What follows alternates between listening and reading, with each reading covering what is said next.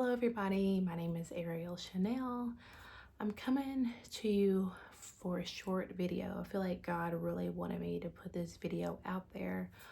Um, I know I'm not a big YouTube star, but I hope this message really and truly reaches those who need it most.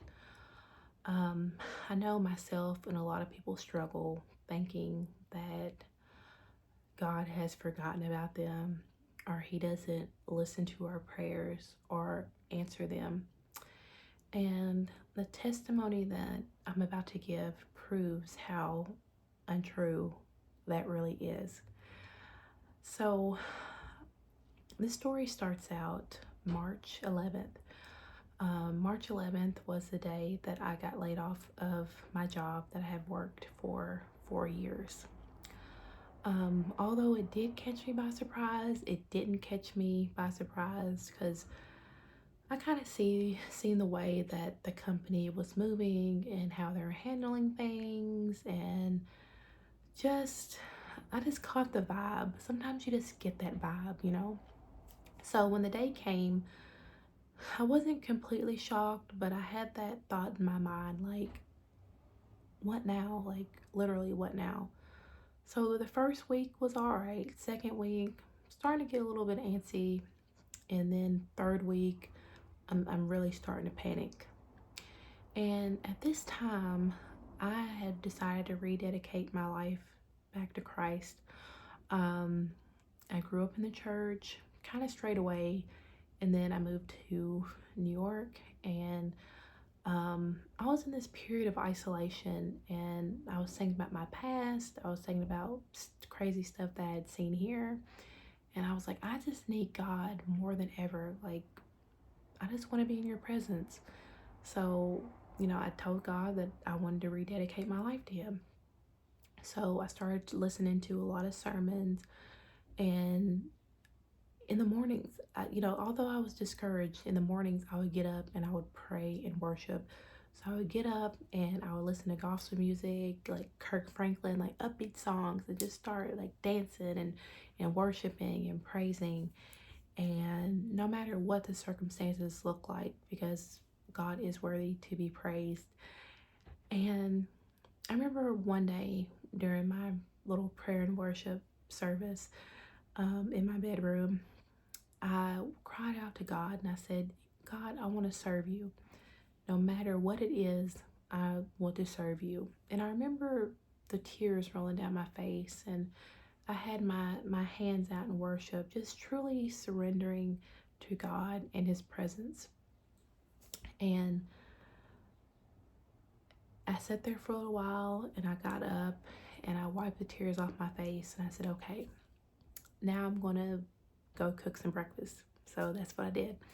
So typically when I cook, I usually open up my apartment door because the smoke alarm is very testy, and sometimes it will go off when you're cooking. So I open up my apartment door, excuse me. I open up my apartment door and I'm cooking bacon. And I turn around and I see a woman standing in my doorway, and I kind of like jump back because you know, wasn't expecting that. And I recognized her because she's one of my neighbors that lives in my building. So I said, hey, how can I help you?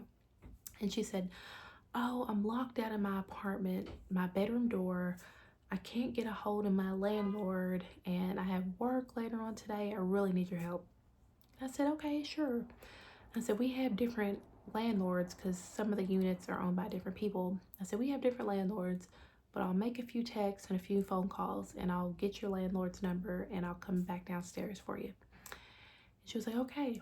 So I ended up getting the number of her landlord from a friend, and I went downstairs, and she talked to her landlord. She called the locksmith, and I spent about 2 hours with her, just going back and forth, using the phone, getting the locksmith in there, unlocking her door, and all that stuff. So she was able to get in her apartment. So I went back upstairs, fixed my breakfast. The day goes on as usual. So around nightfall, I'm ready to go to bed. I have my little bonnet on. I'm laying in my bed, and another neighbor called. And I was like, hey, what's going on? And he said, I have two friends that came from out of town to visit me. I'm not home. They're locked out of the apartment. Do you mind to let them in? And I said, yeah, sure. I don't mind to do that. So I went downstairs, let them in. They were thankful that I, let them in and all that stuff. And I said, oh, no problem. And I came back upstairs and I said, oh, well, that felt good, you know, helping people today. But two people locked out in one day, that's odd, but, whatever. I didn't think anything of it. So the next day, the very next day, and it was morning time, I was walking to the gym. And this older African lady was approaching me and she said, hey, good morning. And she had like the biggest smile on her face, which, was very lovely. But in New York, that's not normal for someone to walk up to you and say good morning unless like you know them from like your neighborhood or something. So I smiled back and I said good morning, and she said, hey, do you know how to get to the street? I said, I do know it's close by. I said, do you have maps on your phone? Because that's how most people get around New York, they use maps. And she said, no, I don't. I said, well, I'll tell you what, I'll pull it up on my phone and I'll walk you halfway there. So I pulled it up on my phone and it was literally just a straight shot and a right turn. And I told the lady, I said, hey, I'll walk you halfway there and I'll show you where to go. And she was like, oh my goodness, thank you, you're so nice, I really do appreciate this. And I said, oh, don't think nothing of it. Like, I like to help people, it's no big deal. So walked her there, and then I walked back to my gym, worked out for a little bit, and then went home. And then I got home and I said, hey, I need to do some laundry. I'm gonna go do some laundry. And pack my clothes up to go to the laundromat, get to the laundromat, start loading up my clothes or whatever, sit down, wait for the washer to get started. And this another older lady came in and she had her two bags and she's looking around. She looks confused. And she looks right at me and I asked her, I said, do you need help? And she was like, yeah, I need help. And our laundromat's different. It's not like you don't use coins. Like you get like a laundry card and you have to load it up like a debit card with money and you have to scan it and all this stuff. So I showed her how to do that, and then I helped her put her clothes in the laundry and showed her what buttons to press. And she was from a different country, so the language barrier was a little bit difficult, but we still got around to getting the job done. So we ended up sitting next to each other and talking as much as we could. She was in town to visit her kids, and we were talking about each other's lives and our families and stuff like that. And I spent about a good 45 minutes with her at that laundromat, and then I came home. And I sat on my bed and I said, how odd. I said, four people. So I've lived in New York for 10 months now and nobody's ever asked me to do anything other than get out of the way. So I was sitting there thinking about these past 2 days, and the Lord reminded me that you told me that you would serve. And I was like, oh my goodness, I did. I was like, and I came to a realization that God really does listen and he does answer our prayers.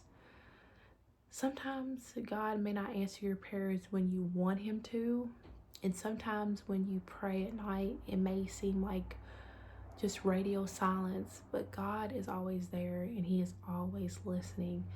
And I really truly hope that this story that I just told you just really deeply resonated in your soul, and that no matter how discouraged you feel, that you'll keep on praying. As I talk right now, I'm still not working.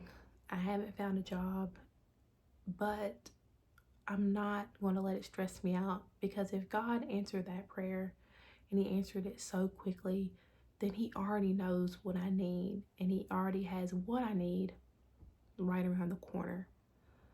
So if you can take anything from this message, don't give up praying. Don't give up hope.